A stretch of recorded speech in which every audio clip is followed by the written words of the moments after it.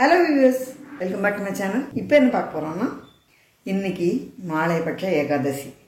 அதுக்கு என்ன பலகாரம்னு பார்க்கலாமா? இன்னைக்கு மாலைபட்ச ஏகாதசி பலகாரத்துக்கு சப்பாத்தி.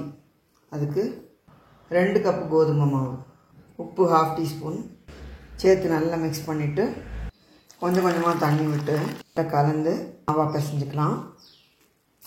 இந்த மாதிரி மாவா பிசைஞ்சு வச்சு பாருங்க.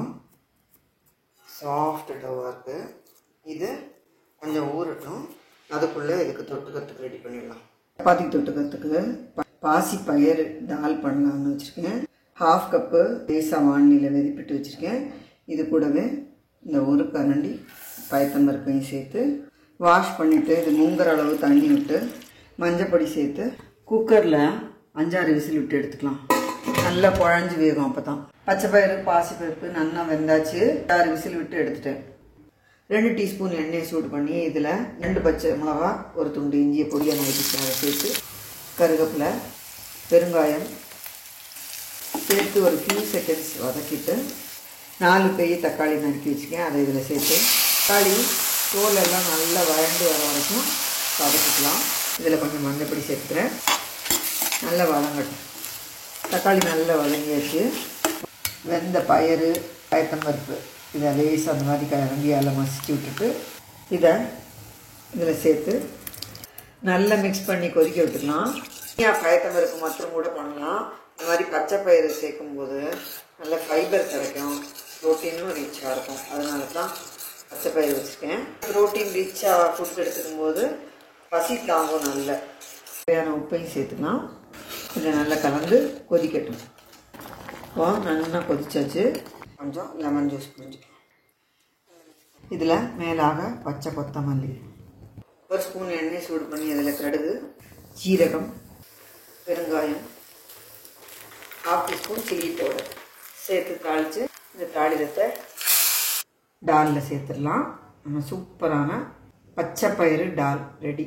மூங் தால் ரொம்ப ரொம்ப ஹெல்த்தியான தால் இது. இது சேர்த்து சாப்பிடும்போது வயிறு ஃபில்லிங்காக இருக்கும். இப்போ மாவு ஊறியாச்சு. இதை சப்பாத்தியா இல்லை பரோட்டாவா எப்படி வேணால் விட்டுக்கலாம். நான் இன்றைக்கி நெய் தடவி பரோட்டா மாதிரி தான் பண்ண போகிறேன். வந்து ஜஸ்ட்டு ஒரு உருண்டை அளவு மாவு எடுத்து உருட்டிக்கலாம். மாவை டஸ்ட் பண்ணி இதை ரவுண்டாக சப்பாத்தியாக இட்டுட்டு உங்களுக்கு விருப்பமான சைஸில் இட்டுக்கலாம். கொஞ்சமாக மேலே நெய் தடவி மடித்து பரோட்டாவை தான் இட போகிறேன். நெய் வேண்டாங்கிறவா எண்ணெய் விட்டும் பண்ணிக்கலாம்.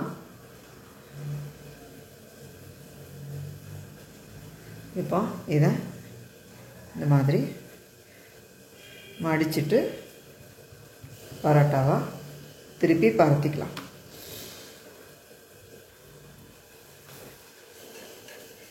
இந்த மாதிரி மடிச்சிடும்போது வயசானவங்களுக்கு சாப்பிட்றதுக்கு ஈஸியாக இருக்கும்.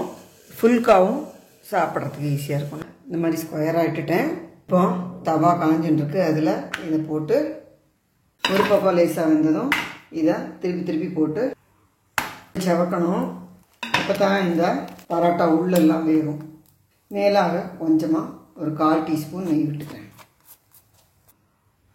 இதை நல்லா திருப்பி போட்டு வேக விட்டு எடுத்துக்கணும். பொதுவாக பரோட்டா சப்பாத்திலாம் பண்ணுறதுக்கு ஃப்ளேம் கொஞ்சம் ஹையாகவே தான் இருக்கணும். அப்போ தான் சாஃப்டாக இருக்கும். இப்போ நம்ம பரோட்டா ரெடி. இதுக்குள்ளே ஸ்டஃப் பண்ணி விடலாம். ஸ்டஃப் பண்ணி பண்ணால் ஸ்டஃப்டு பரோட்டா இருக்கும். நம்ம மாலைபட்ச ஏகாதசி பலகாரம் பரோட்டா ரெடி. இதுக்கு தொட்டுக்க 10 சேர்க்காதவா தேங்காய் சட்னி, தேங்காய் துவையல் வச்சுக்கலாம். இல்லை தக்காளி தொக்கு வச்சுக்கலாம். நல்லாயிருக்கும்.